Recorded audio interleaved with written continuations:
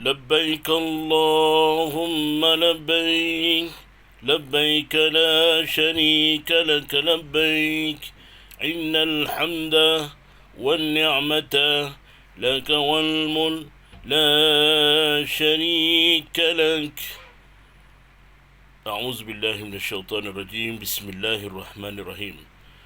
الحمد لله رب العالمين، والصلاة والسلام على أشرف الأنبياء والمرسلين وعلى آله وصحبه أجمعين. أما بعد. Assalamualaikum warahmatullahi wabarakatuh.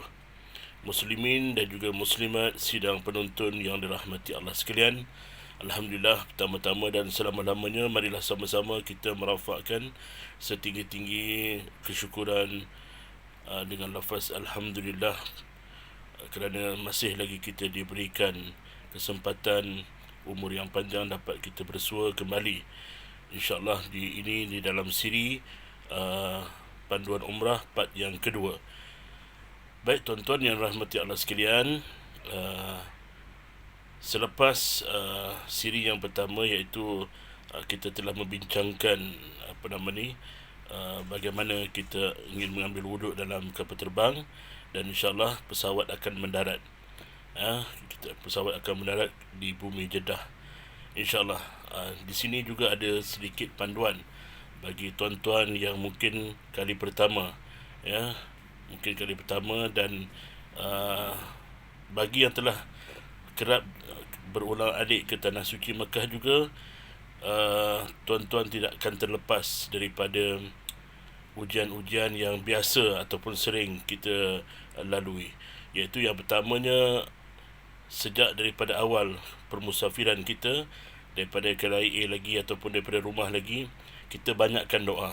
Kita banyakkan doa kepada Allah Subhanahu Wa Taala untuk dipermudahkan permusafiran kita, dipermudahkan perjalanan kita. Kerana apa tuan-tuan yang dirahmati Allah sekalian, setiap negara mempunyai berbeza cara ataupun berbeza pengurusannya. Jadi kita sedia maklum, negara Arab ini, Saudi terutamanya, sampai ada yang mengatakan, kalau tidak kerana adanya Kaabah, kalau tidak kerana adanya makam Rasulullah, kalau tidak adanya Rasulullah di bumi Madinah, sudah pasti kami tak akan jejak ke bumi Mekah ini, ataupun ke tanah Arab ini. Sebab sesuai dengan perangai orang Arab ni, mereka ini agak kasar, dan tingkah laku mereka tidak sama seperti kita pun ada kasar, tapi mereka ni lebih kasar lagi. Kerana itu kita lihat mereka sendiri, sesama mereka sendiri, kalau berbicara ataupun kita kata kalau bersembang, kalau kita tidak faham, kita dengar ataupun kita lihat seperti mana mereka sedang bergaduh, walhal mereka sembang biasa, tapi itulah budaya dan sikap mereka. Dan kita juga harus bersedia dan kita doa banyak-banyak, mudah-mudahan urusan kita di airport, terutama urusan untuk kita check in, untuk kita cop pasport, dipermudahkan. Sebab ada kes-kes yang berlaku, kadang-kadang kita terpaksa berbaris dengan berdiri dengan susah payah. Bayangkan kalau jenis-jenis, contohnya macam saya sendiri yang tak mampu untuk berdiri lama, memang agak sukar untuk kita nak berdiri sampai 4 ke 5 jam. Tapi benda ini di luar pada orang kata bidang kuasa kita, di luar otak, pemikiran otak kita. Dan Alhamdulillah, seperti mana yang lepas-lepas pengalaman saya, Alhamdulillah tidak pernah lagi kata terlalu lama, setakat 20 minit, setengah jam, paling tinggi pun dalam 45 minit, 1 jam, kita dah boleh lepas keluar daripada tempat untuk kita cop pasport. Dia tak sama macam kita pergi negara lain, ataupun orang masuk ke Malaysia, urusan kita cepat. Kadang-kadang kita bayangkan, bukan pesawat Malaysia saja, kita bayangkan dalam waktu yang sama pesawat Malaysia mendarat, pesawat Oman mendarat, pesawat daripada Qatar mendarat, pesawat daripada negara-negara seluruh dunia. Bayangkan katakanlah dalam satu masa tersebut kebetulan kita sampai ada 5-6 pesawat lain pun sampai. Satu pesawat 600-700 orang. Bayangkan kalau ada 5 pesawat, 6 pesawat, bayangkan. Sedangkan kaunter yang dibuka mungkin tinggal 2 ataupun 3 ataupun 4. Itu paling banyak. Bayangkan kalau 2 sahaja kaunter yang dibuka, bayangkan berapa lama untuk kita berbaris. Jadi ini kita kena doa sama-sama, doa banyak-banyak, mudah-mudahan Allah permudahkan urusan.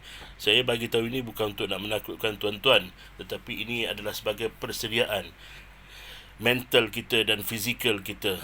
Bahawasanya inilah, ni baru mukadimah ni. Maknanya ni baru nak masuk.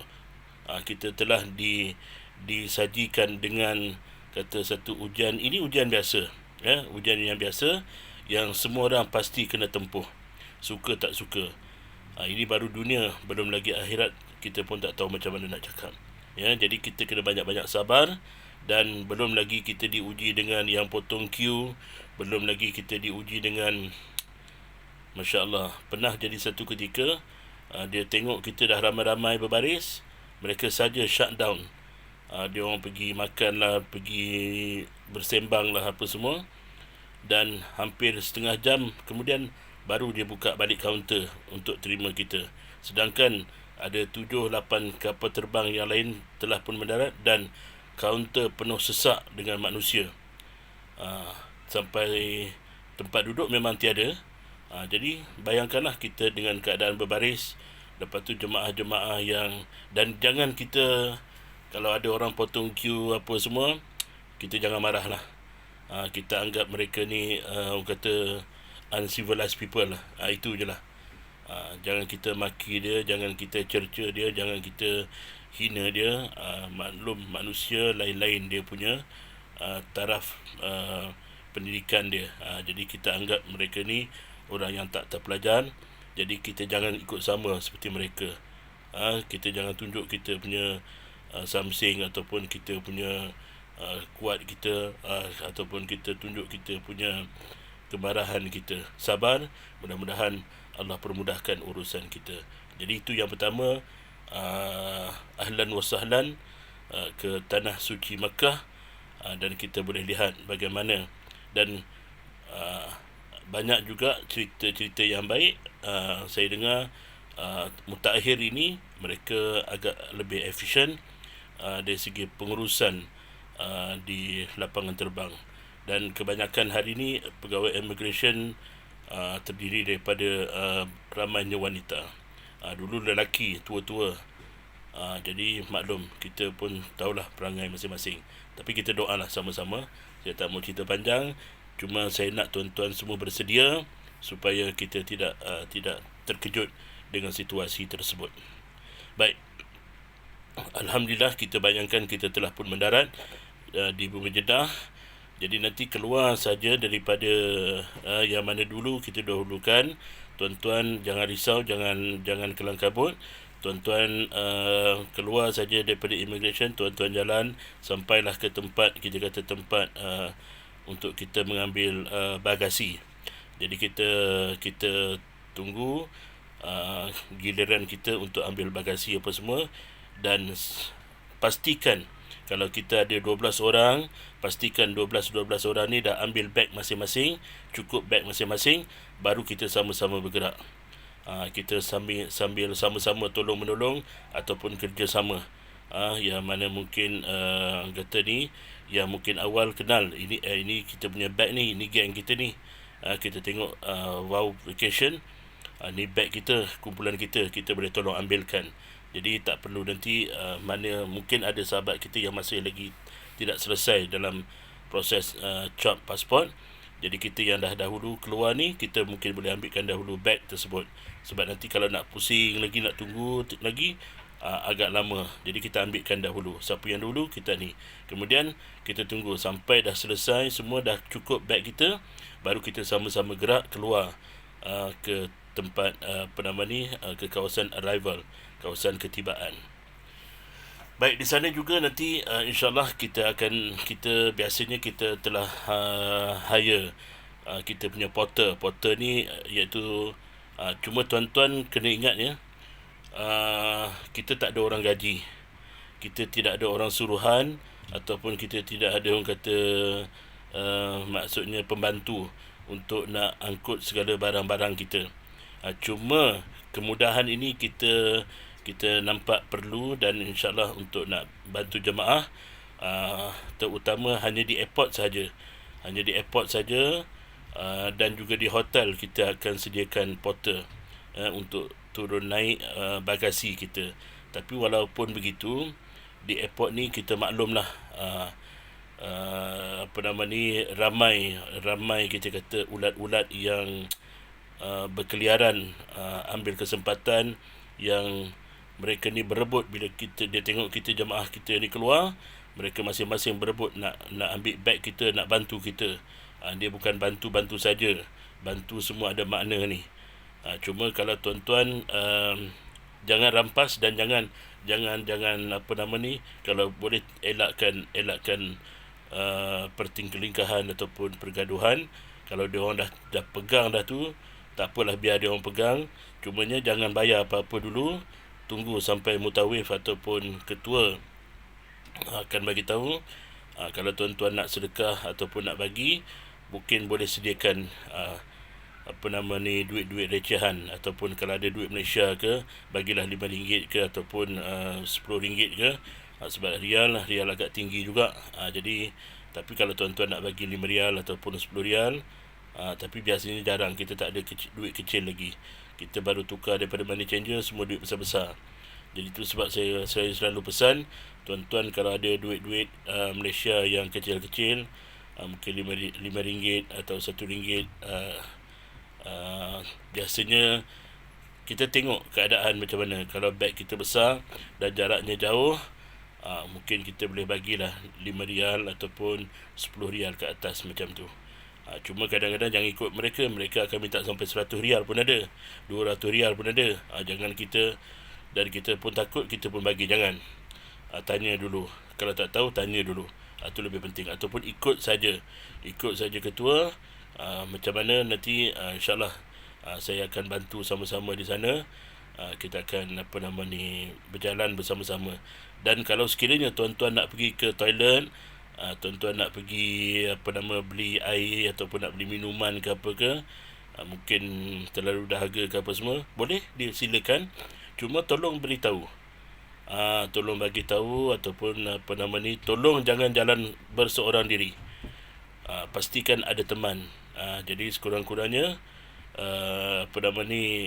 kalau kata, dan beritahu teman yang tak pergi tu, bagi tahu, okey, kata Acik nak pergi ke toilet, tolong bagi tahu Ustaz Amin, saya kita orang pergi tandas sekejap.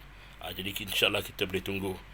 Kita tak nak tahu-tahu hilang tu nanti, sebab nanti kita bayangkan, kita tak boleh fikir untuk diri kita sendiri saja, sebab kita ada jemaah lain 40 orang bersama kita tak mau kerana grup kita jadi masalah kepada orang lain. Biar kita menunggu, tak apa, jangan kita jadi orang yang ditunggu. Jadi pengurusan masa adalah amat penting. Okey, tuan-tuan yang dirahmati Allah sekalian, insyaAllah sampai saja di sana, kita akan menaiki bas keluar daripada airport tersebut.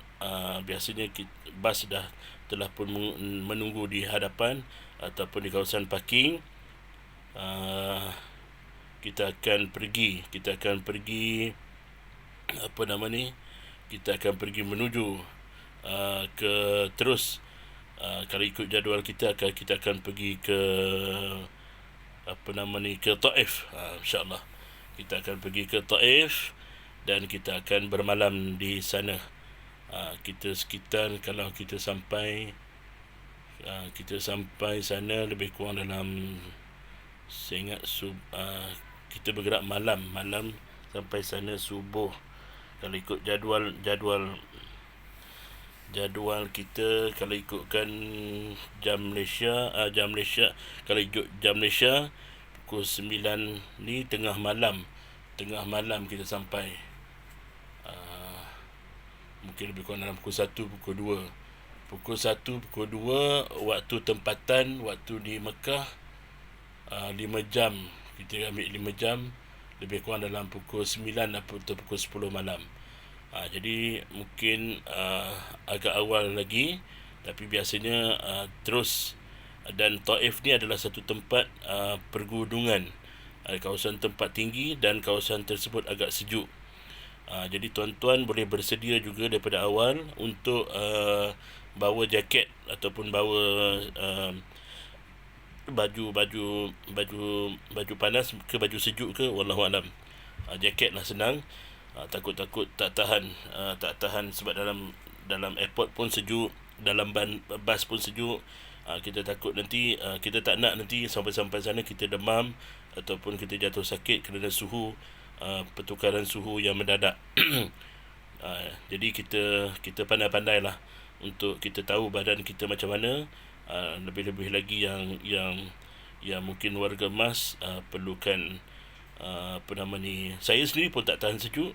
Jadi biasanya saya akan, kalau saya tahu atau macam contohnya, melainkan kalau kita terus ke Makkah juga, kalau saya lihat daripada fokus jadual ataupun suhu pada tarikh yang kita akan pergi nanti, waktu malam dia akan mencecah sehingga 18 ke 20 darjah Celsius. Sejuk tuan-tuan. Waktu malam memang dijangka sejuk. Sekarang ni pun jemaah ada yang baru balik bagi tahu saya, semalam baru balik, dia kata siang pun dah agak sejuk. Dah agak tidak terlalu panas. Malam memang sejuk. Jadi waktu kita nanti ini lebih kurang dalam sebulan lagi. Jadi saya jangka keadaan dia lebih sejuk lagi, sebab dah nak masuk hujung tahun. Jadinya kita boleh bersedialah dengan baju panas kita untuk mengekalkan suhu yang ideal untuk tubuh badan kita. Itu persediaan baik. Dan insyaAllah selepas kalau kata contohnya, kalau kita dah check in, mungkin kita ada makan malam, dan juga kita akan check in hotel. Kemudian mungkin besok baru kita punya aktiviti, kita ziarah ke Bumi Taif apa semua. Nanti kita akan lihat jadual. Kita akan 40 orang ini, kita akan niat ataupun kita akan buat rukun kita yang pertama, iaitu niat di miqat, iaitu di Qardul Manazil. Mungkin kita, wallahu alam, saya belum diberikan lagi jadual yang terperinci. Mungkin saya kira sebelah petang ataupun untuk kita bergerak maknanya meninggalkan Bumi Taif terus ke Bumi Makkah Al-Mukarramah, untuk sama-sama kita mengerjakan ataupun menyempurnakan ibadah umrah kita yang pertama. Dan tuan-tuan yang dirahmati Allah sekalian, bagi orang yang pertama kali, kita doa, kita niat dan kita azam untuk kita melakukan umrah yang cukup terbaik, maknanya yang paling baik, untuk kita sama-sama. Jadi kita kena jaga 13 pantang larang, apa yang tidak dibenarkan, apa yang dibenarkan. Jadi kita jaga sungguh-sungguh, kita azam sungguh-sungguh untuk kita buat yang terbaik. Bukan untuk siapa-siapa, tapi untuk diri kita sendiri. Sebab perkara ibadah ini sebenarnya, ibadah umrah ni sebenarnya, umrah ataupun haji ni, dia tidak ada, kita kata tidak ada macam benda yang maknanya perbuatan yang kita kata kena baca ni wajib, tidak. Dia lebih pada fizikal. Kita tahu macam umrah wajib, apa dia wajib dia, kita kena niat di miqat. Kalau kita tak niat di miqat, kita dikenakan dam. Kemudian kita kena tawaf. Tawaf dalam keadaan kita mesti dalam keadaan suci bersih, dan juga dalam keadaan kita berwuduk. Kalau sekiranya batal wuduk kita, dan ataupun perkara tawaf ni yang paling agak-agak sebenarnya agak sukar bagi sebenarnya sukarnya apa, untuk kita nak jaga hati kita, jaga hati kita supaya tidak berubah niat. Sebab kadang-kadang waktu inilah dugaan ataupun ujian, lebih-lebih lagi yang membawa keluarga, yang membawa anak, ataupun kadang-kadang Allah nak uji kita, ataupun iblis senantiasa uji kita. Dia uji kita, tiba-tiba kita dengar, macam kita tengah baru tawaf yang pertama, pusingan yang pertama, selepas kita niat di Hajarul Aswad, kita ada kawasan, ada satu garisan dia, lebih kurang dalam 40 darjah, dalam 90 darjah. Itu kawasan yang kita kita boleh niat untuk kita punya, sahaja aku niat tawaf umrah 7 pusingan kerana Allah Ta'ala, mestilah di kawasan yang telah kita maktubkan, iaitu penjuru Hajarul Aswad. Kemudian kita start jalan pusingan yang pertama sampailah selesai pusingan yang ketujuh. Kadang-kadang Allah nak uji kita dengan gangguan daripada iblis. Baru pusingan yang pertama tiba-tiba dengar ada macam, contoh, dengar suara orang kampung kita. Contoh kata, mat, itu bunyi macam kawan sekolah kan, tengok tadi nampak pun tadi, nampak bayang-bayang dia, sungguh betul. Kita pun bila dah terfikir ataupun dah orang kata otak kita dah melayang fikir, ataupun kita mencari orang yang panggil tu, bermakna pusingan tersebut dah terganggu dan consider dah terbatal. Jadi kita kena, sama ada kita kalau cepat kita boleh undur balik. Tapi undur ni agak mustahil, sebab bayangkan kalau orang yang ramai tengah sesak, tuan-tuan nak undur macam mana. Jadi terpaksa pusing balik. Mana pusingan tersebut batal, buat pusingan baru. Jadi nak jaga hati ni bukan mudah. Hati yang pertama, kita nak pastikan bahu sebelah kiri kita, kita pusing lawan arah jam. Bahu kita pastikan keadaan kita mestilah di luar daripada Kaabah. Maknanya tak boleh maknanya tawaf dalam Kaabah tak sah. Kalau boleh kawasannya mestilah di luar daripada Kaabah dan di dalam dalam kawasan Masjid Haram. Itu kawasan dia. Maknanya kalau kita nak buat di tingkat 1 boleh, tingkat 3 pun sutuh pun boleh. Tapi lagi besar, lagi jauh daripada Kaabah, lagi lamalah masa yang perlu diambil. Dan tuan-tuan kena hati-hati. Bila kita tawaf ni, jangan terlalu rapat dengan Kaabah. Maklum tuan-tuan, Kaabah ni dia ada satu aura. Dia ada satu aura, dia seolah-olah macam memanggil kita. Dan juga kita nanti akan tergugat iman kita, ataupun boleh bertukar, kita kata bukan akidah, tapi boleh berubah, ataupun pendirian kita. Tiba-tiba kita tengok bangsa-bangsa lain, saya tak nak sebut bangsa apalah, tapi tuan-tuan nanti akan saksikan sendiri. Diorang kalau ikut kita punya mazhab kita Syafi'i, ataupun apa yang kita belajar daripada Malaysia, mana-mana tuan guru sendiri pun, kita tahu dalam kita berihram, dalam kita pakai ihram ni, kita tidak boleh sentuh Kaabah. Kita tak boleh panjat Kaabah, kita tak boleh dakap Kaabah, tak boleh peluk Kaabah. Apa lagi? Tak boleh nak tengok orang berebut-rebut dekat multazam, kita pun nak sibuk ke multazam. Orang tengok orang menangis berlutut dekat Syazarwan. Syazarwan ni apa tuan-tuan? Syazarwan ni maknanya bawah pada kan binaan Kaabah tersebut, yang kelambu dia warna hitam, bawah dia tu ada pelapik macam kita kata beam dia lah. Batu belah bawah tu yang tirus tu, yang tu dia panggil Syazarwan. Di situ juga tempat mustajab doa. Jadi kita akan tengok ramai orang akan berdoa di situ. Dan kita tengok pula, dia ni pun pakai ihram tapi dia doa juga ke situ, dia pegang juga. Ustaz kata tak boleh, tapi dia orang ni boleh. Jadi boleh ke tak boleh? Tengok ramai orang buat, boleh lah. Jangan tuan-tuan, menyebabkan kalau kita buat, kalau kita gagal, kita ikut hasutan daripada iblis, maka bukan setakat batal pusingan tersebut, dan dikhawatiri baju kain ihram kita dah tak boleh guna. Sebab apa? Sebab kawasan, kenapa kita tak bagi sentuh? Sedangkan tempat yang sepatutnya kita kena cium, contohnya di rukun Yamani dan juga rukun Hajar al-Aswad, sepatutnya kita kena cium, itu pun kita ganti dengan kita panggil istilam.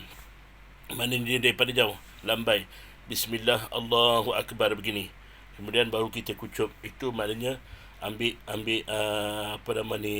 sebagai simbolik. Kita kucup Hajarul Aswad. Kita kucup Bismillah, Allahu Akbar, Bismillah, Allahu Akbar, Bismillah, Allahu Akbar. Baru kita sambung kita punya pusingan lagi.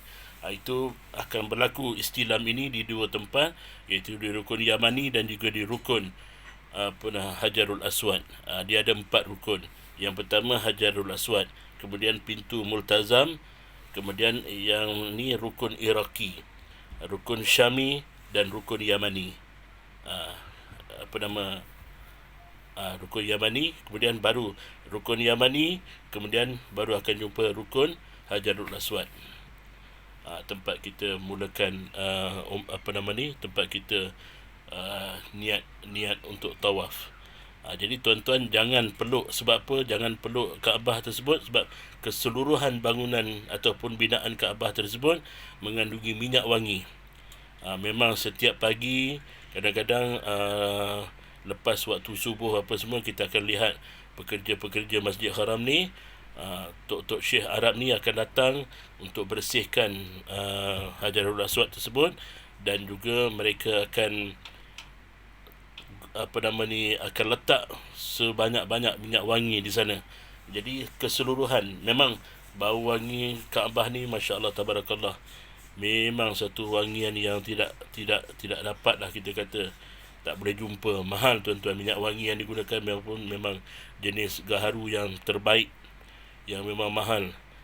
Dulu sahabat saya yang dia lahir di Mekah, memang dia kata, ana daripada kecil memang kadang-kadang sampai orang keliling ni pelik, mana datang bau Kaabah, Rupanya dia kata, saya setiap waktu solat, dia kata, saya akan ambil serban saya akan kesat, akan lap, akan ambil nak beli minyak wangi, tak ada duit, jadi akan lap saya punya serban saya, baju saya akan peluk Kaabah, saya akan ni. Jadi satu badan semua memang bau Kaabah.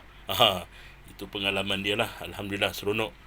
Ada peluang. Tapi benda ni tuan nak buat boleh, cuma nanti selesai umrah, dah pakai pakaian biasa, dah pakai jubah ke apa semua, tuan-tuan ataupun muslimin dan juga muslimat nak peluk ke nak apa ke, buatlah.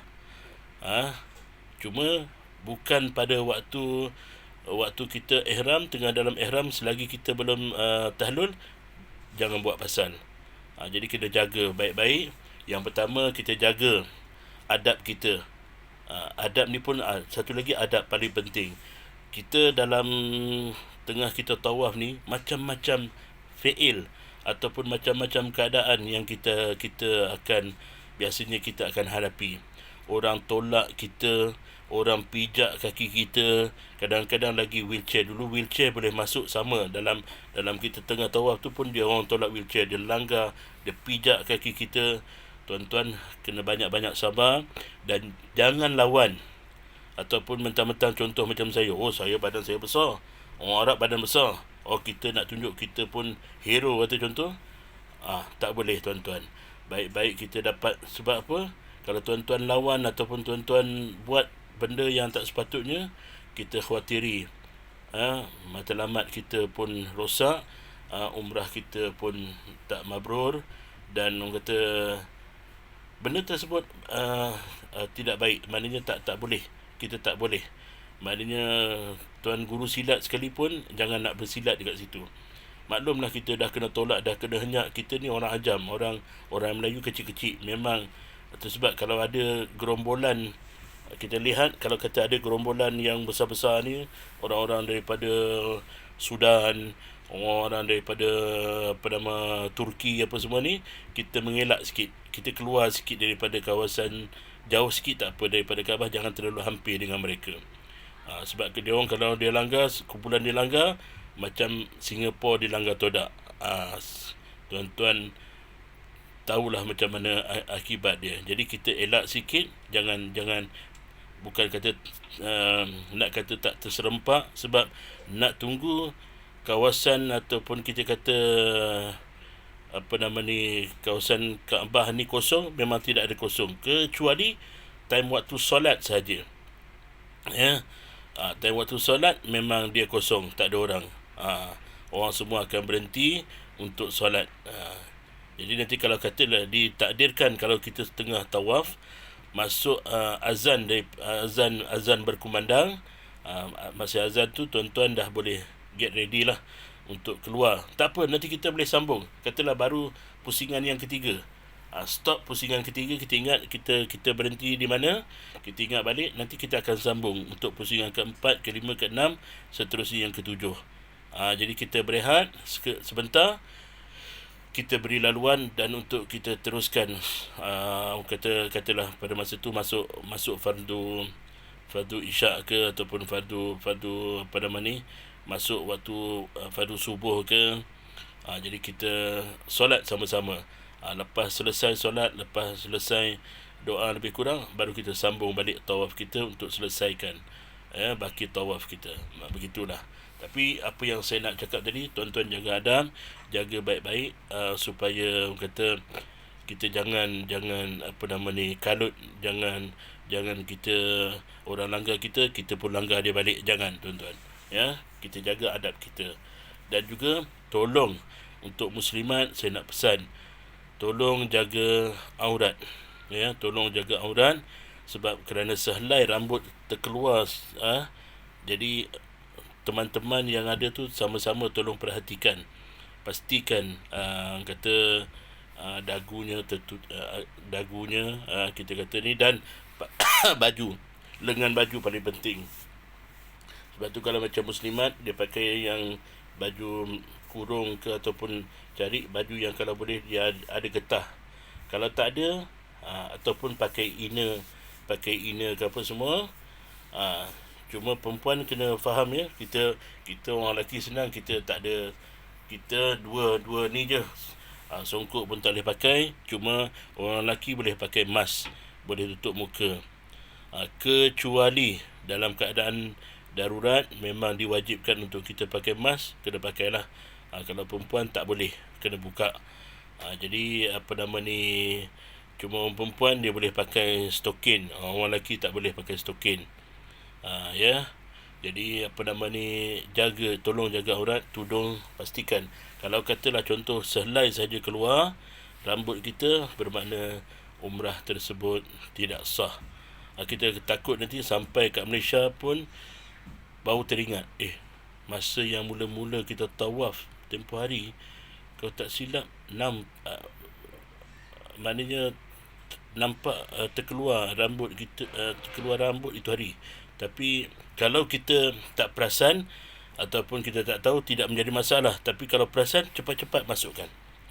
Begitu juga katalah contoh orang lelaki ke orang perempuan ke, tengah kita duduk tawaf ni, dia tersenggol sampai terdedah aurat kita, cepat-cepat tutup. Jadi tak berdosa. Jangan dah terbuka tu kita biarkan tu, tu berdosa lah. Dan itu jadi batal kita punya ni. Dan pastikan kita senantiasa dalam keadaan berwuduk.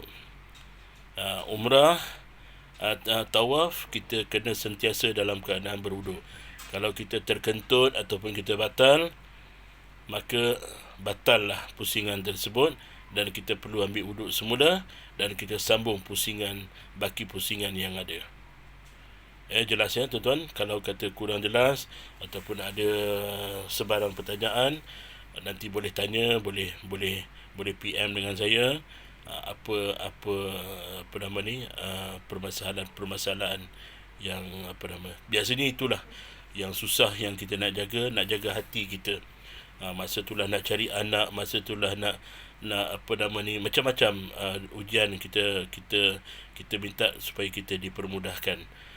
Jadi kalau kata jaga hati kita, jaga position kita, dan untuk jemaah muslimin, untuk orang lelaki, kita ihram kita di pusingan 3 pusingan yang pertama kita disunatkan beritibak. Beritibak maksudnya apa? Kita akan buka bahu belah kanan kita ni, kita akan buka kita selitkan ihram kita di bawah ketiak kita, naikkan ke atas dan kita biarkan bahagian bahu belah kanan ni terbuka. Bahu belah kiri tertutup. Itu dipanggil itibak. Yang ni hanya untuk 3 pusingan yang pertama saja. Ini untuk tawaf saja. Sa'i nanti tak perlu. Jangan nanti sa'i pun kita buat itibak juga, tak perlu. Dan juga disunatkan 3 pusingan pertama ni kita ramal. Ramal maknanya kita lari anak. Untuk 3 pusingan yang pertama ni, kalau boleh ramal, kita ramal. Tapi kalau tak boleh, kita jalan macam mana biasa. Dia bukan berlari lah, dia macam lari anak begitu. Itu disunatkan untuk 3 pusingan yang pertama. Mana pusingan pertama, kedua dan ketiga. Keempat dah tak perlu dah. Keempat, kelima, keenam dan ketujuh jalan macam biasa. Itu untuk orang lelaki sahaja. Perempuan tak ada, ya. Perempuan tak ada itibak dan juga tidak ada ramal. Kecuali nanti sa'i lelaki perempuan sampai dekat ada lampu hijau nanti kita akan tunjuk pergi dan balik, ada lampu hijau, waktu tu kita kena lari anak-anak. Tapi kalau tak mampu, macam saya tak mampu nak lari anak-anak, tuan jalan je lah, jalan kaki macam biasa, pelan-pelan, ya, insyaAllah. Okey, insyaAllah kita selesai bab bab tawaf kita. Kalau ada apa-apa nanti boleh tanya lebih detail. Jadi pastikan kita sentiasa dalam keadaan wuduk, jaga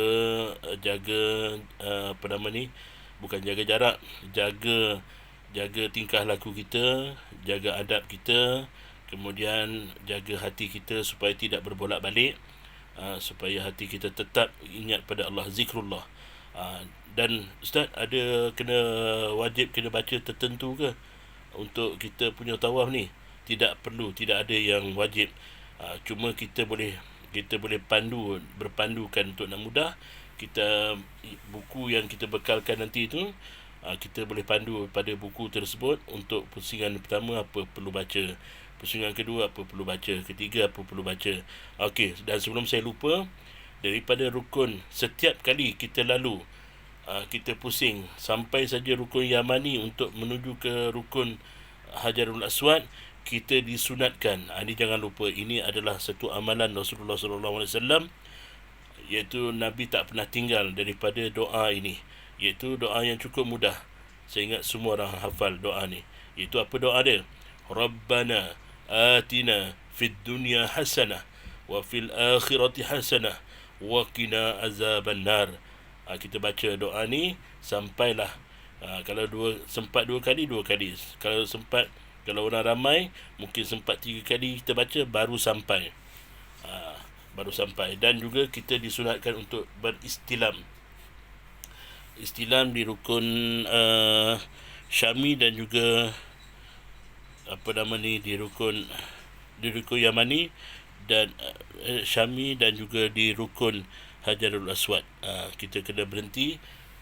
Kalau boleh, kalau ada kesempatan, maknanya kalau orang tak ramai, kita berhenti sekejap, paling mengarah. Kalau tak boleh, kita pusingkan kepala kita saja. Pusing begini, lambai. Bismillah, Allahu Akbar, Bismillah, Allahu Akbar. Kita perlahankan perjalanan kita. Tapi waktu tu, situ memang dia akan jadi bottleneck. Masuk bottleneck ni, dia jadi di situ dia akan automatically. Bila orang dah slow, dia akan jadi traffic jam kat situ. Waktu tu, kalau traffic jam, baik juga. Jadi kita ada sempat untuk kita baca Bismillah, Allahu Akbar, Bismillah, Allahu Akbar. Kemudian kita kucup tangan kita. Itu simbolik untuk kita cium Hajarul Aswad. Jangan kita terus pergi ke Hajarul Aswad, cium, habis kena dam nanti. Sebab apa? Kerana ada minyak wangi. Jadi tuan-tuan nak pakai minyak wangi ataupun nak pakai deodorant ke apa semua ke, boleh. Tetapi sebelum kita niat ihram, maknanya daripada rumah, daripada hotel, lepas mandi apa semua, nak pakai minyak rambut ke nak apa ke, boleh pakai, tak ada masalah. boleh pakai. Yang tak bolehnya dah lepas niat. Sahaja aku berihram wa ahramtu biha, sahaja aku niat ihram untuk aku melakukan umrah, wa ahramtu biha lillahi ta'ala. Niat saja yang tu dah tak boleh dah. Potong kuku tak boleh, apa lagi, gunting rambut tak, cabut-cabut rambut tak boleh, pakai pakaian yang berjahit tak boleh, pakai songkok tak boleh, kemudian wangi-wangian, pakai wangi-wangian tak boleh, akad nikah tak boleh, jadi wali pun tak boleh. Kemudian apa lagi, bersetubuh itu lebih-lebih lagi lah tak boleh. Itu section yang ke-13. Itu lebih-lebih lagi tak boleh. Tapi kalau selesai daripada itu, insya-Allah tak ada masalah. Selesai dah, kita dah tahlul, tuan-tuan dah bebas, maknanya membebaskan diri kita, menghalalkan. Tahlul bermakna menghalalkan diri kita daripada ihram tersebut.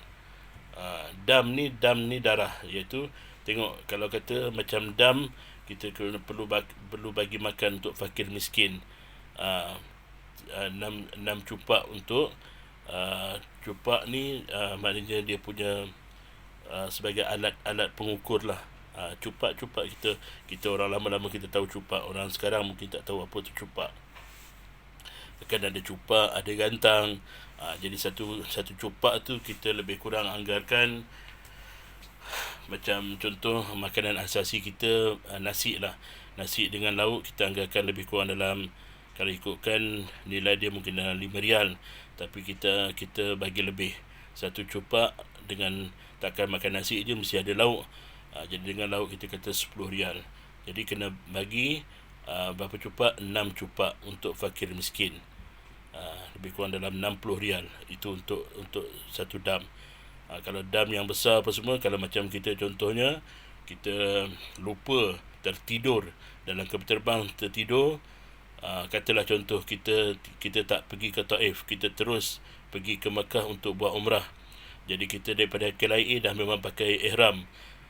Sepatutnya niat kita di Koridor Manazil atas udara ni, di Koridor Manazil setengah jam sebelum mendarat kita kena niat. Tapi waktu tu lah kita tertidur. Maknanya memang kita tak perasan, kita terlepas daripada tempatnya. Sebab dia wajib, dia wajib umrah. Yang pertama, dia wajib niat di miqat. Jadi kalau kita tertinggal tersebut, maknanya kita kena dam, itu seekor kambing, kita kena sembelih, ataupun dam ihtisar juga seekor kambing, untuk kita keluar daripada daripada ihram tersebut. Okey, baik, selesai daripada kita tawaf, apa yang kita perlu lakukan? Kita akan kita akan kumpul, tunggu sahabat-sahabat kita, ataupun sementara nak menunggu ni, biasanya kita akan bagi tahu, kita kata nanti siapa-siapa yang yang dah siap dahulu, tuan-tuan boleh tunggu kat kawasan ni. Nanti saya akan tunjuk, ni lampu biru ni, tuan-tuan tunggu kat area ni, ataupun tiang ni.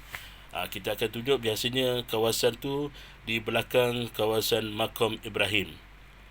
Maqam Ibrahim ni bukan kubur, jadi tuan-tuan jangan takut. Maqam dalam bahasa Arab dia panggil maqam, tempat berdiri. Itu adalah simbolik tempat batu asas, tempat Nabi Ibrahim letak batu untuk dia pijak, untuk dia sangkutkan kelambu Kaabah.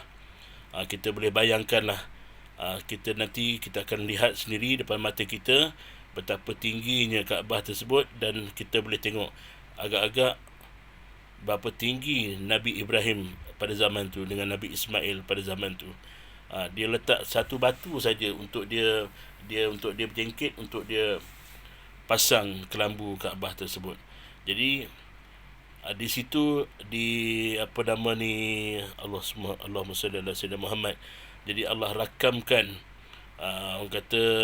kejadian tersebut, dan daripada dulu sehingga hari ini kita akan lihat satu binaan kecil, kata di depan multazam tersebut, lebih kurang dalam berapa meter, kita akan tengok ada satu bulatan, itulah dia panggil makam Ibrahim. Jadi disunatkan lepas sahaja kita tawaf, disunatkan untuk kita solat sunat tawaf di belakang makam Ibrahim. Dan satu lagi, ada satu bahagian lagi, itu dia panggil Hijir Ismail. Hijir Ismail ni, dalam Hijir Ismail belah atas kita boleh nampak tempat pancuran emas. Itu juga tempat-tempat mustajab. Kita doa kalau kita nak sembahyang. Saya juga suka duduk, tapi biasanya imam kalau dia mengimamkan solat fardu zuhur asar, dia akan duduk ataupun dia akan berdiri di depan multazam. Jadi kalau nak dapat saf yang pertama, kena turun awal-awal lah, pastikan awal-awal, dan kita buat banyakkan tawaf sunat. Jadi bila masuk waktu, kita mungkin boleh jadi orang pertama, orang dalam saf yang pertama di belakang imam. Dan mudah-mudahan kita dapat rezeki solat di belakang Syekh Abdul Rahman As-Sudais ataupun Syekh. Kita pun kalau boleh daripada Malaysia ni, kita kena kata mula meminati. Kalau boleh kita janganlah asyik kenal nama-nama penyanyi saja. Kita cuba kenal nama-nama Syekh, imam-imam Masjid Haram ni. Dia ramai tuan-tuan, bukan Syekh Abdul Rahman Sudais saja. Syekh Abdul Rahman Sudais ni dia dah jadi ketua, jadi dia jarang-jarang sekali dia bertugas. Tapi biasanya macam hari Jumaat, dia akan mengimamkan solat Jumaat, dan juga biasanya waktu Maghrib Isyak. Kalau kena gilirannya, dia akan bertugas. Yang tu memang rezeki kita lah. Biasanya malam Jumaat dia akan bertugas. Dia partner dia dengan Syekh Su'ud Ash-Shuraim. Macam mana bacaan dia, mungkin sedikit saya nak buat demo. Kalau Syekh Abdul Rahman As-Sudais, dia macam ni. Istawu aqimu sufufakum i'tadilu taras. Allahu Akbar. Alhamdulillahi Rabbil Alamin. Ar-Rahmanir Rahim. Maliki Yawmiddin. Iyyaka na'budu wa iyyaka nasta'in. Lebih gitu. Kalau As-Sulaim, Alhamdulillahi Rabbil Alamin. Ar-Rahmanir Rahim. Maliki Yawmiddin. Iyyaka na'budu wa iyyaka nasta'in. Ni tuan-tuan, kalau siapa-siapa jadi imam, kalau macam dulu saya jadi imam, kalau bukanlah kata sesama, kalau kata subuh ataupun dalam kita kata keadaan sesama, antara imam ataupun lenggok yang kita mudah untuk bawa adalah Syekh Suraim. Dan ini semua orang-orang hebat yang Allah pilih menjadi imam-imam di Masjid Haram. Jadi kita kenal, bila kita kenal, kita mula seronok. Dan bacaan-bacaan mereka ini adalah Masya Allah Tabarakallah, antara qari-qari yang terbaik. Iaitu dan sekarang yang tengah famous, contohnya Syekh Bandar Balila. Bukan Bandar Baru Bangi, Syekh Abdul Aziz Bandar Balila. Alhamdulillah, tahun lepas saya diberi peluang untuk khidmat anak anda beliau, namanya Syekh Abdul Aziz bin Bandar Balila. Dia datang ke Malaysia selama seminggu, lebih kurang seminggu, untuk tour lawatan ke masjid-masjid. Dan beliau juga bapaknya imam, dan beliau juga adalah imam di Mekah, cuma bukan di Masjid Haram. Tapi bapanya adalah salah satu imam yang sekarang ni amat tersohor, dan bacaannya Masya Allah cukup terbaik, cukup syahdu. Jadi kalau kita kenal orangnya, dan macam mana nak tahu, tuan-tuan hari ni mudah.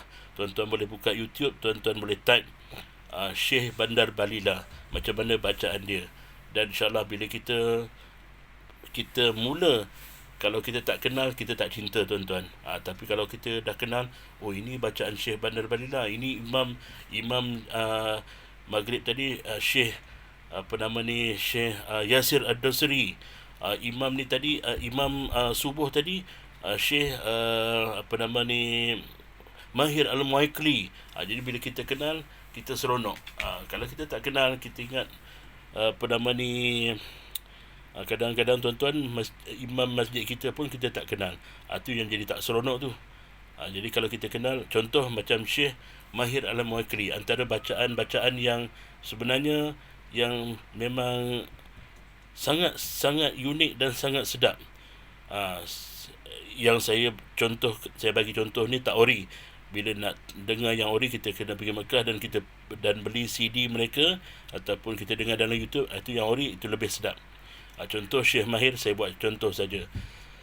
Alhamdulillahi Rabbil Alamin Ar-Rahmanir Rahim Maliki Yawmiddin Iyyaka na'budu wa iyyaka nasta'in اهدنا الصراط المستقيم صراط الذين أنعمت عليهم غير المغضوب عليهم ولا الضالين آمين.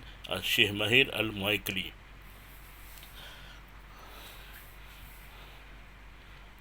Alhamdulillahi Rabbil Alamin الرحمن الرحيم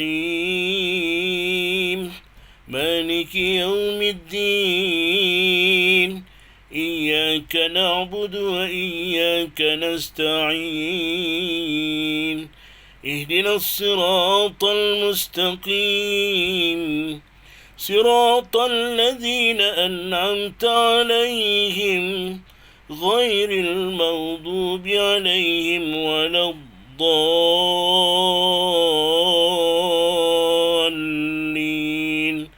Syekh Yasir Ad-Dosri. Syekh Yasir ni lebih muda lagi daripada saya, dan juga idola saya. Masya Allah tuan-tuan, kalau bulan Ramadan, kalau beliau mengimamkan solat tarawih, Masya Allah, kita tak rasa 20 rakaat, tak rasa, rasa tak cukup. Memang enjoy dengar bacaan beliau. Memang boleh menenangkan jiwa dan sanubari kita. Dan insyaAllah ini baru imam-imam. Kalau kita kenal Bilal dia, yang kita paling famous sekali, Syekh Ali Mullah. Alhamdulillah, kami 5 tahun berturut-turut dapat bawa Syekh Ali Mullah di Masjid Negeri Shah Alam. Beliau sekarang dah agak uzur, umur 70 lebih, yang merupakan ayah angkat kepada Syekh Abdul Karim. Dan insyaAllah kalau ada peluang, saya nanti nak berziarah juga ke rumahnya kalau ada peluang. Ini azan yang kita biasa dengar dalam radio, dekat TV. Jadi kalau kita ada lagi Bilal yang lebih tua daripada beliau, tapi ketua Bilal Masjid Haram iaitu Syekh Ali Mullah. Kalau kita dengar biasa yang hayya 'alas salah,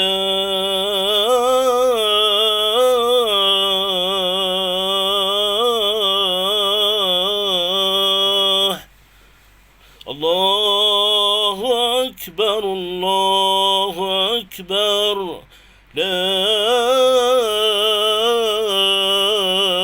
ilaha illallah, Syekh Ali Mullah. Ini contoh.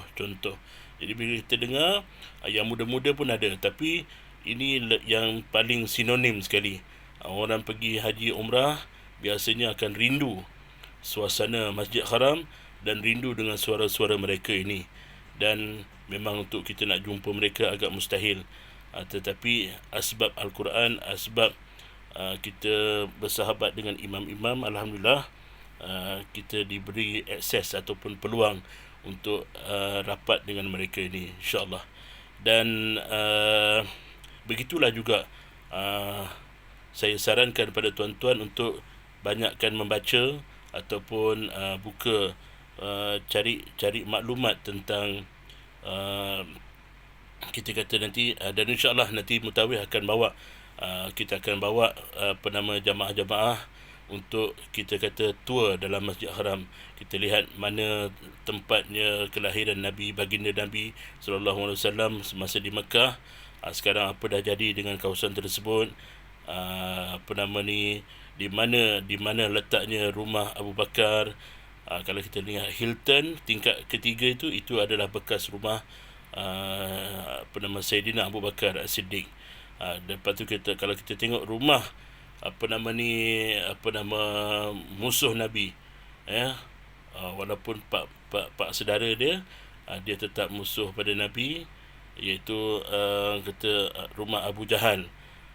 Sekarang ini rumah Abu Jahal bersesuaian mungkin dengan rumahnya, jadi tempat tu pun jadi rumah pasung ataupun kita kata balai polis lah.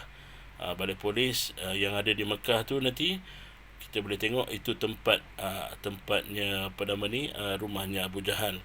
Dan juga banyak lagi kita akan tunjukkan kawasan-kawasan orang-orang Nusantara kita yang mengaji daripada tahun 40-an yang menetap di di Syekh Ali.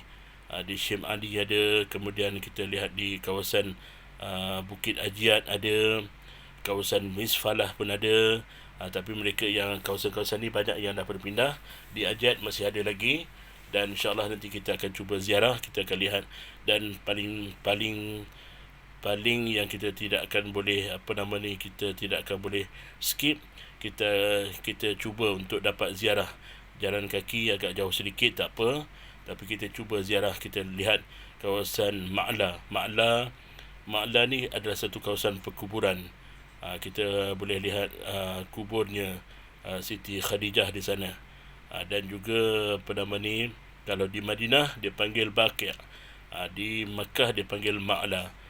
Ma'la ni kawasan kubur. Dan juga dan sebelum saya lupa, antara doa yang Nabi kata jangan tinggal, jangan tidak, tak boleh tidak, dan kita kena, kalau kita boleh kata wajibkan, kita kata wajib, dan kita senantiasa kita doa. Ini antara doa yang kita boleh, doa yang dibenarkan. Walhal doa minta mati ni tak boleh, tapi ini antaranya ketika dan waktunya yang dibolehkan untuk kita doa. Ya Allah, ya Tuhanku, kau matikanlah aku di bumi antara dua kota suci ini, ya Allah. Mati dekat Mekah pun baik, mati dekat Madinah pun baik. Mati di Mekah kerana asbab lahirnya kekasihmu baginda Rasulullah sallallahu alaihi wasallam. Dan ya Allah, ya Tuhanku, kalau aku tak mati di Mekah, matikanlah aku di bumi Madinah, kerana aku ingin bersama satu kubur dan ingin dibangunkan sekali dengan baginda Rasulullah sallallahu alaihi wasallam. Kuntum ukhrijat linnas. Maknanya kamu ini sebaik-baik, kamu ini adalah sebaik-baik ukhrijat linnas, daripada manusia ni. Kita adalah sebaik-baik umat Nabi, dan antara umat Nabi yang paling mula-mula sekali dibangunkan pada mahsyar nanti, yang mula-mula akan masuk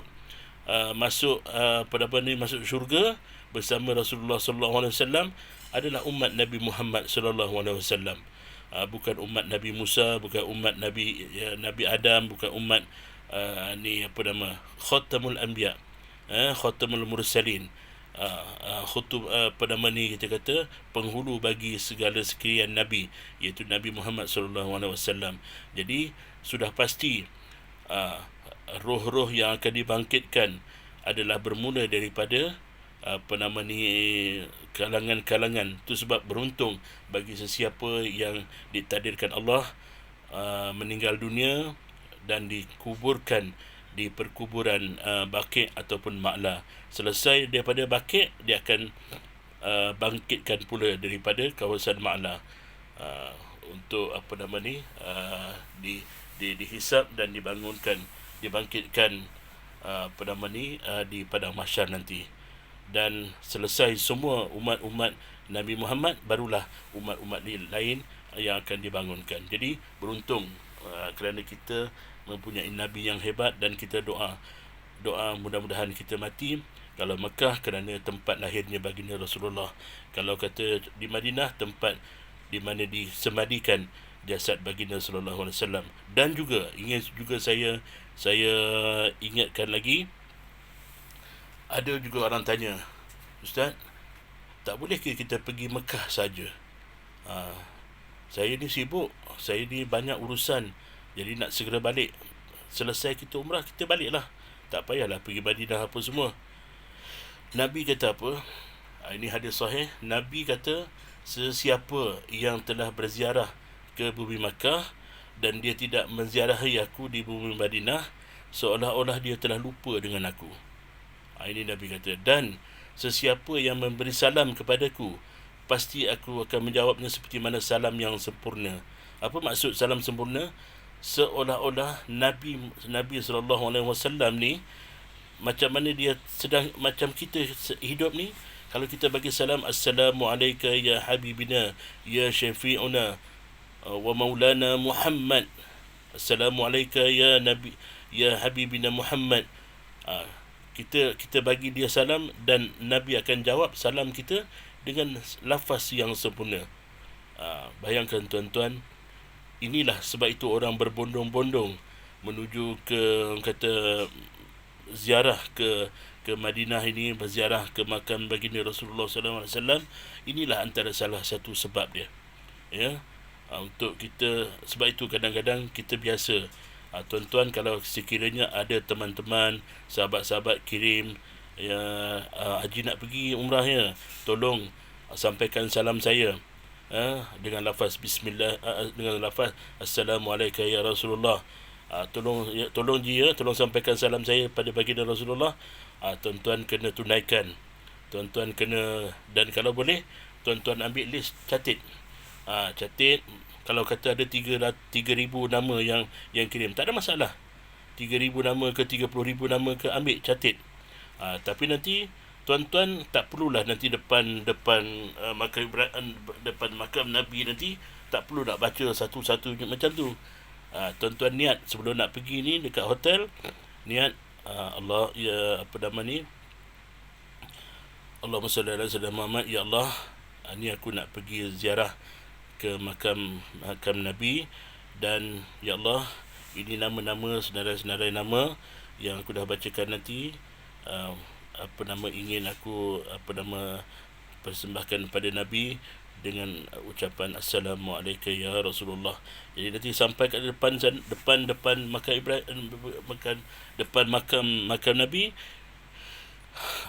kita bagi salam kita dulu. Kita bagi Assalamualaikum ya Rasulullah. Ya Rasulullah, aku juga menyampaikan nama-nama yang telah tertera yang ada dalam list ini keseluruhannya, juga ingin menyampaikan salam kepadamu ya Rasulullah dengan lafaz Assalamualaikum ya Habibina, ya Syafi'ina, ya Muhammad, ya Rasulullah. Kita apa nama ni, kita sampaikan, InsyaAllah. Kita niat jamakkan untuk kita sampaikan. Jadi tidak ada isu untuk kita tolong menolong. Mudah-mudahan asbab pada itu kita diterima dan kita dijemput kembali. Ya apa nama ni, ya Rasulullah, kalau boleh janganlah ini jadikan ziarahku ini ziarah yang terakhir, ataupun inilah ziarahku yang pertama dan terakhir. Mudah-mudahan kau doakan aku, mudah-mudahan kita dimurahkan rezeki ke apa ke. Tuan-tuan, doalah yang baik-baik untuk kita, mudah-mudahan doa, dan yang paling penting doa untuk kita dapat pijak semula ke tanah suci Mekah, dapat pijak semula ke bumi Madinah. Gitu. Jadi di mana tadi kita, itu antara tip-tip yang sebelum saya lupa, maknanya itu yang kita kena buat. Dan baik, kita sambung selepas kita solat sunat. Selepas solat sunat tawaf, kita juga disunatkan untuk minum air zam-zam. Kita ambil air zam-zam, kita di kawasan dalam Masjid Haram ni banyak tempat tong-tong air zam-zam disediakan. Setiap saf-saf tersebut memang banyak. Jadi tidak ada isu untuk kita nak minum air zam-zam ni, cukup mudah. Dan ini cukup, masya-Allah, cukup sedap, dan air, tidak ada air yang lebih enak, lebih berkhasiat dan lebih baik daripada air zam-zam. Dan untuk minum air zam-zam, dia tidak seperti yang lain. Kalau lain, minum air lain, air ke kopi ke, air Nescafe ke, apa saja jenis air lah, makan dan minum, kita dikehendaki untuk duduk. Tetapi untuk minum air zam-zam kita disunatkan berdiri menghadap kiblat, ya, menghadap Kaabah. Kita disunatkan berdiri. Allahumma salli ala sayyidina Muhammad. Kita baca doa.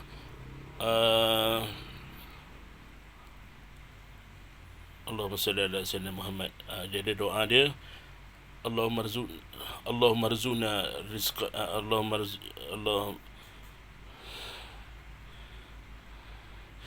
rizqna ilman nafi'a,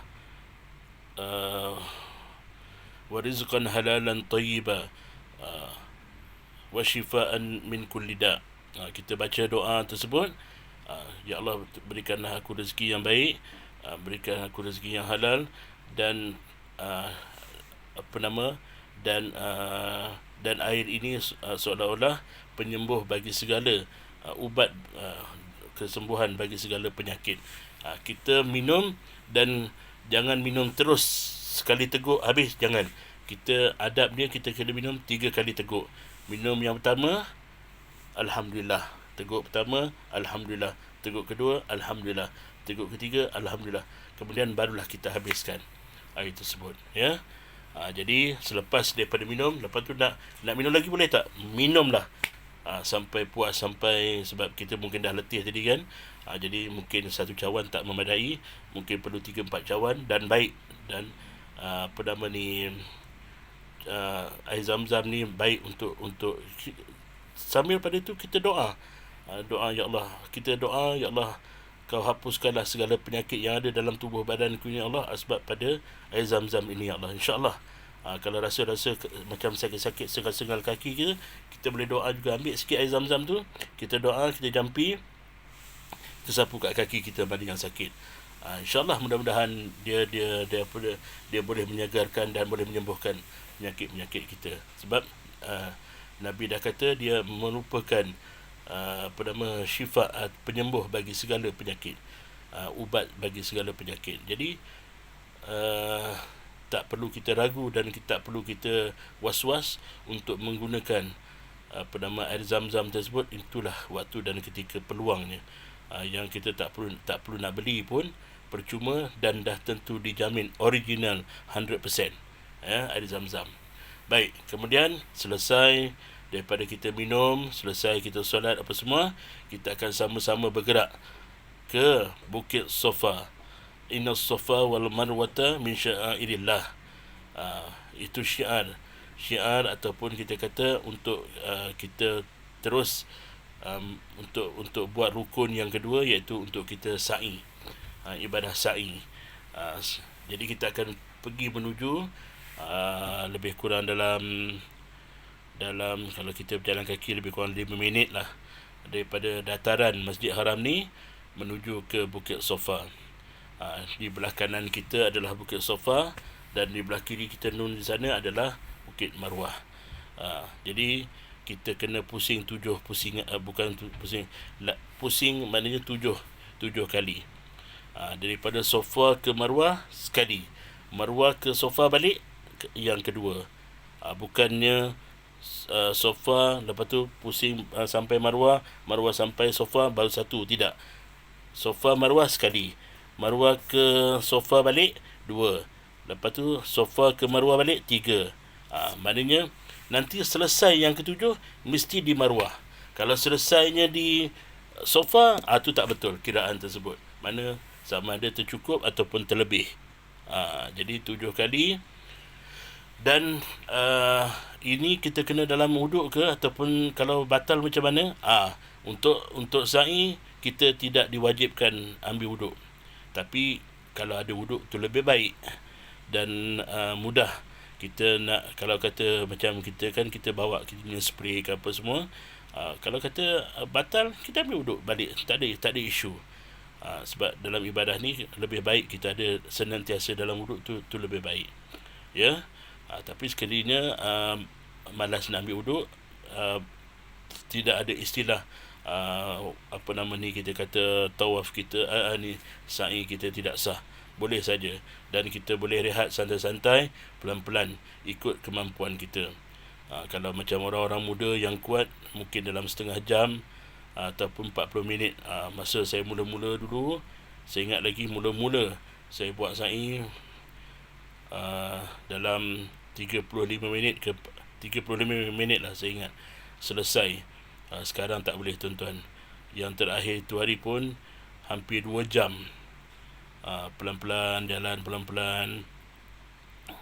Dan bagi sesiapa yang tidak mampu ataupun uzur, di tingkat satu pihak Saudi ataupun pihak masjid ada menyediakan skuter. Skuter yang kita boleh sewa. Saya kata silap saya 100 rial, 50 rial ke 100 rial ke, lebih kurang gitu. Dan dia boleh naik untuk berdua. Kalau berdua dia lagi murah. Salah ke untuk orang yang sihat untuk ni? Tak salah. Sebab sebab Nabi pun pernah buat. Tawaf pun Nabi pernah naik unta apa semua untuk tawaf. Jadi tidak ada masalah untuk kita naik skuter. Tapi yang lebih baik kalau kita lihat, sebab kita nak ambil ibrah daripada peristiwa Nabi Ibrahim. Nabi Ibrahim tinggalkan Hajar dengan Nabi Ismail di tengah gurun yang panas. Masa tu tak ada bumbung, tak ada aircon, untuk mencari air, untuk melihat kok ada pedagang-pedagang yang lalu untuk nak minta bantuan makanan dan juga minuman. Bayangkan tuan-tuan betapa susah periknya. Kalau kita hari ni yang kita pijak adalah marmar dalam keadaan aircon 24 jam, sejuk, berbumbung, maknanya tidak kena matahari.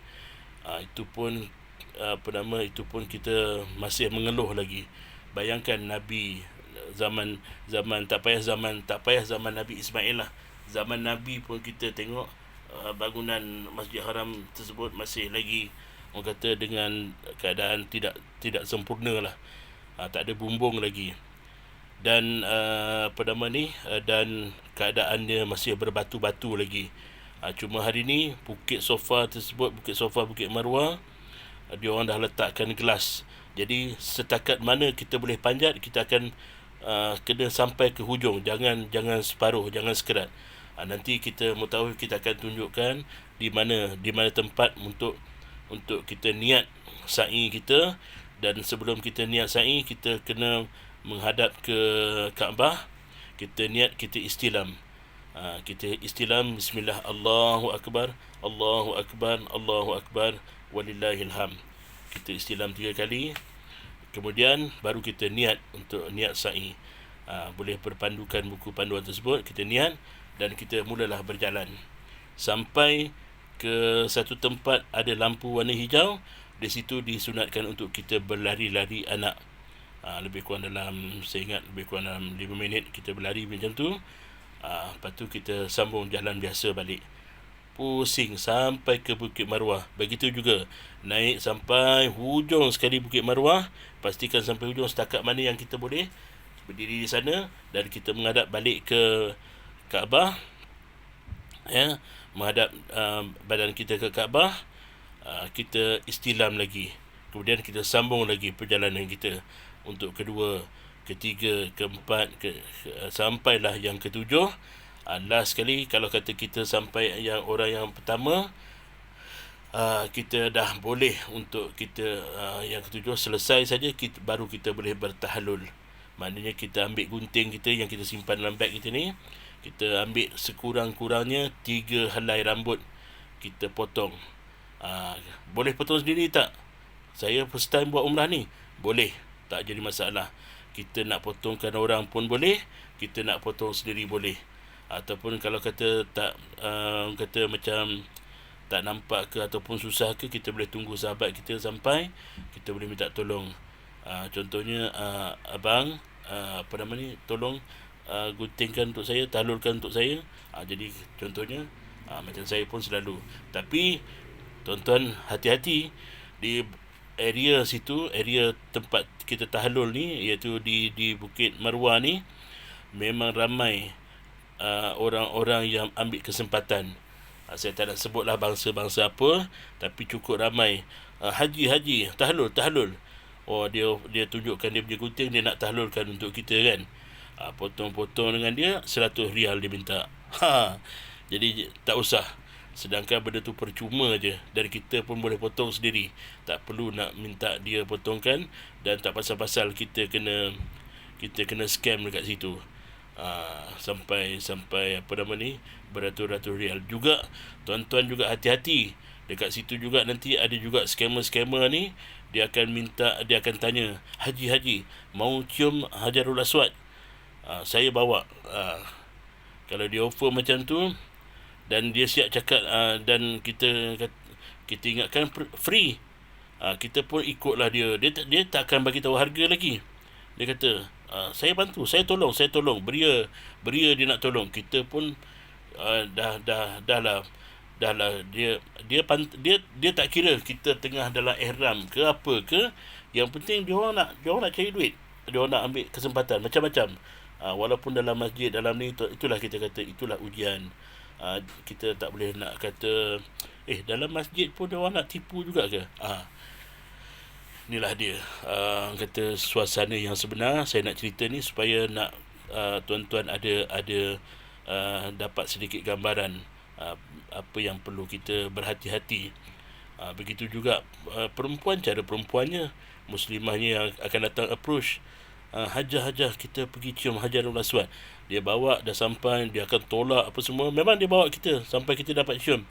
Lepas dah dapat cium tu, 500 rial dia minta. Tak pun ada jemaah sampai 1,000 pun ada. Bila tak bayar, dia buat macam-macam. Iyalah, orang pun takut, orang pun terpaksa bayar. Dah rugi dia 500 ke 1,000 rial untuk benda yang sepatutnya percuma saja. Dan bukan tuan-tuan kena ingat, masa kita dalam keadaan kita berihram, itu bukan waktunya kita nak sibuk. Kita ada banyak masa lagi untuk kita nak cium Hajarul Aswad. Mungkin masa nanti lepas solat subuh, orang tengah kurang apa semua, waktu tu kita untuk kita nak cium Hajarul Aswad. Memang banyak dia punya kata peluang dia. Tak perlu nak berebut, tak perlu nak sampai nak orang offer kita macam-macam. Tak perlu. Dan kita boleh tolak dengan cara baik. Begitu jugalah tahlul tu nanti, masing-masing sibuk nak bantu kita, nak tolong tahlulkan.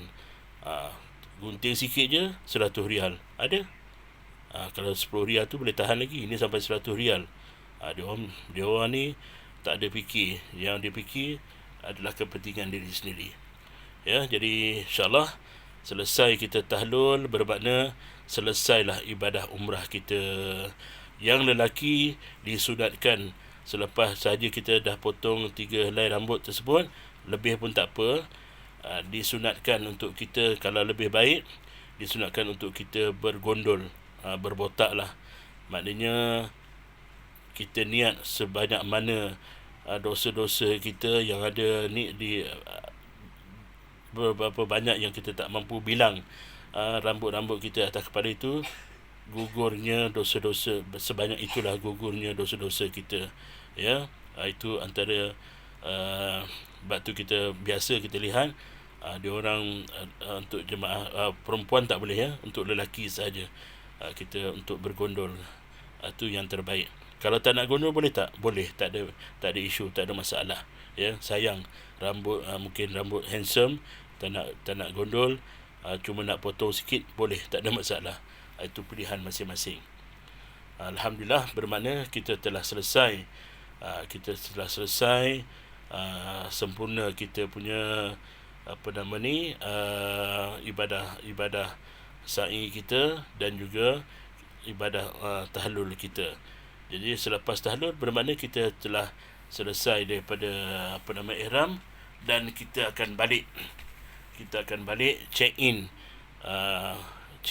ke hotel yang telah yang telah kita tetapkan. Jadi lepas check in, tuan-tuan boleh pakai pakaian yang biasa. Boleh pakai, maknanya dah boleh lah untuk mandi. Dah tak perlu nak risau dah nak mandi dengan sabun, perfume sekalipun, mandilah. Tuan-tuan nak pakai kopiah, nak pakai baju Melayu ke, tuan-tuan nak pakai apa sekalipun, dah boleh pakai dah.